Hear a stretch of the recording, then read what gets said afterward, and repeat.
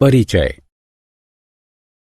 देखो राधिका, मिट्टी में एक नया पौधा उग रहा है। हाँ राहुल, केवल 2 छोटी पत्तियां ही ऊपर आई हैं। राधिका, क्या सभी पौधे इसी तरह बढ़ते हैं? नहीं राहुल, और भी विभिन्न तरीके हैं जिनसे नए पौधे जन्म लेते हैं। बच्चों, इस पाठ में हम जानेंगे कि पौधों में जनन किस प्रकार होता है। आओ सीखें। जनन को परिभाषित करना। पौधों में जनन के विभिन्न प्रकारों को पहचानना। बीजों से नए पौधों की उत्पत्ति को जानना। बीजों के अंकुरण की प्रक्रिया को समझना। बीजों के प्रकीर्णन के बारे में जानना।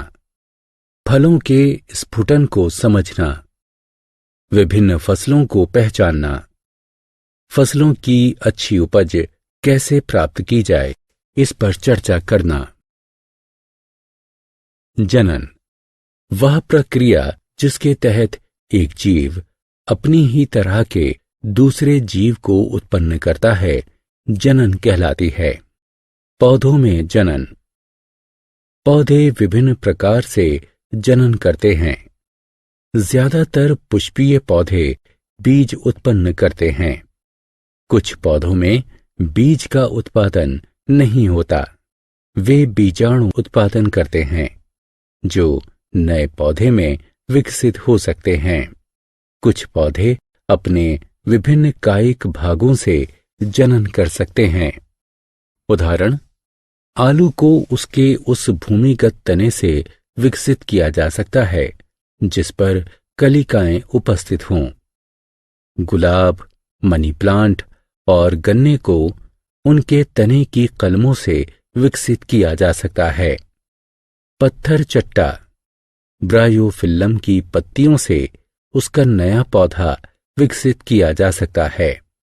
शकरकंद का नया पौधा उसकी जड़ों से ही पैदा होता है।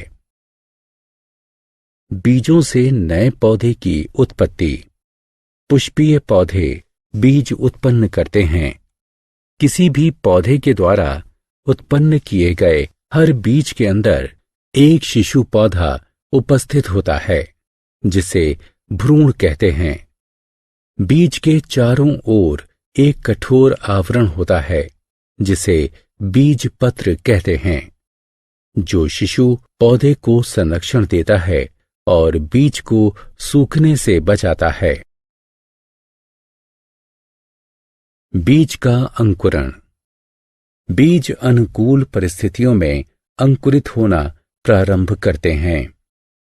एक बीज के अंकुरण के लिए जल, वायु और ताप की आवश्यकता होती है। बीज जल का अवशोषण कर फूल जाता है और उसका बीज कोट नरम हो जाता है। सर्वप्रथम अंकुरित होने वाले पौधे की जड़ दिखाई पड़ती है, जो भूमि की ओर बढ़ती है। तदोपरांत तना अंकुरित होता है, जो ऊपर की तरफ सूर्य के प्रकाश की ओर बढ़ता है। इसके बाद तने पर पत्तियों का निर्माण शुरू होता है। ये नया पौधा अंकुर कहलाता है, जो एक वयस्क पौधे में विकसित हो जाता है।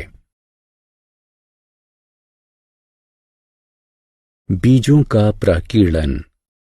उस क्षेत्र की स्थिति क्या होगी जहां किसी पौधे के सभी बीज उसी जनक पौधे के आसपास ही पनपने लगे? जी हां, वहां निश्चित रूप से स्थान की, पानी की, खनिज और सूरज की रोशनी की कमी हो जाएगी। अतः सभी पौधे वहां ठीक से नहीं बढ़ पाएंगे। उनमें से अधिकांश प्राकृतिक रूप से मर जाएंगे। अतः ये आवश्यक है कि पौधों के बीज दूर तक बिखेरे जाएं। प्रकृति ने हवा, पानी और पशुओं के माध्यम से बीजों के प्रकीर्णन के लिए विभिन्न तरीकों की व्यवस्था की है। यहाँ तक कि इंसान भी बीजों के प्रकीर्णन में उपयोगी है। ये सब प्रकीर्णन के कारक कहे जाते हैं। हवा, बीज जो भार में हल्के होते हैं और जिनके पंख या पर होते हैं, जैसे कपास, डेंडेलियन, मेपल यानी द्विफल, हवा द्वारा बिखेरे जाते हैं। फलों का स्फुटन। कुछ फल पकने के बाद जोर से फूटते हैं, जिससे उनके बीज दूर जाकर गिरते हैं। इस तरह की प्रक्रिया फलों का स्फुटन कहलाती है। उदाहरण: जिरेनियम, बाल्सम, मटर आदि। फसल। विभिन्न पौधे जो खेतों में किसानों के द्वारा उगाए जाते हैं और कई तरीकों से उपयोगी होते हैं, फसल कहलाते हैं। फसलें मुख्यतः 3 प्रकार की होती हैं। खाद्य फसलें, उदाहरण गेहूं, चावल, सब्जियां। रेशा फसलें, उदाहरण कपास और जूट। तेल उत्पादक फसलें, उदाहरण सरसों, सूरजमुखी, मूंगफली। जो फसलें सर्दियों के मौसम में उगाई जाती हैं, उसे रबी की फसल कहते हैं, उदाहरण गेहूं और चना। जो फसलें गर्मियों के मौसम में उगाई जाती हैं, उसे खरीफ की फसल कहते हैं, उदाहरण चावल, ज्वार, मक्का, बाजरा। विभिन्न प्रकार की फसलों को भिन्न भिन्न मात्रा में जल, वायु, सूर्य के प्रकाश और मिट्टी के प्रकार की आवश्यकता होती है। आओ खेलें। कॉलम अ का कॉलम ब से मिलान करें।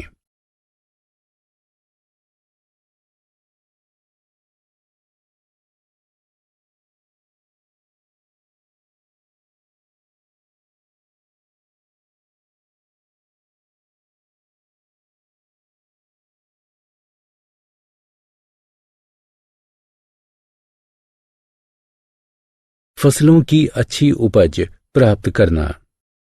फसलों की अच्छी उपज प्राप्त करने के लिए निम्नलिखित बातों को ध्यान में रखना चाहिए। सबसे उत्तम किस्म के स्वस्थ बीज ही उपयोग में लाए जाने चाहिए। बीज बोने से पहले मिट्टी को जोतकर उसमें खाद या उर्वरक मिलाकर तैयार कर लेना चाहिए। मिट्टी को सही समय पर सही मात्रा में पानी देना चाहिए। फसलों को बीमारियों, नुकसान पहुंचाने वाले कीड़ों और जानवरों से बचाना चाहिए। कीटनाशक और कीटाणुनाशक औषधियों का छिड़काव सही मात्रा में किया जाना चाहिए। फसलों को चढ़ने वाले जानवरों से बचाना चाहिए। कटाई की फसलों को नमी से बचाने के लिए ठीक तरह से संग्रहित किया जाना चाहिए। नमी कवक यानी फंगस और बैक्टीरिया की वृद्धि का कारण बनती है। फसलों को चूहों, कीड़ों और दूसरे जानवरों से भी बचाया जाना चाहिए। आओ खेलें। प्रश्न को पढ़कर निम्नलिखित विकल्पों में से सही चित्र पर निशान लगाएं। हमने क्या चर्चा की? पौधों में जनन के कई प्रकार होते हैं। पुष्पीय पौधों में जनन बीजों के द्वारा होता है। बीजों का अंकुरण अनुकूल परिस्थितियों में होता है। जल, वायु, पशु और इंसानों के द्वारा पौधों के बीजों का वितरण दूर दूर तक होता है।